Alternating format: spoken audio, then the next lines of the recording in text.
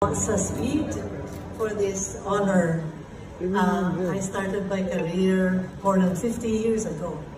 And, walang pumapasok sa profesyon na ito that doesn't have to deal with the press, which we now call media. And so, because it's, you have the film industry, you have the audience, and you have the press, the media. So, in the beginning, it was like a marriage. Sa simula parang may ligawan, may excitement, especially when you get good press. And then of course parang may tampuhan pag hindi nababanggit.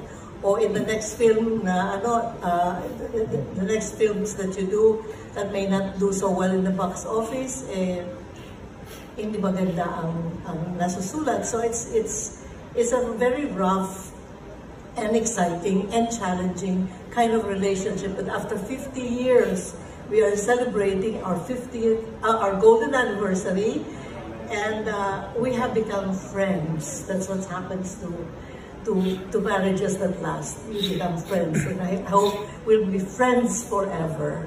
Thank you very much, and congratulations on the 8th edition of the Eddies Awards.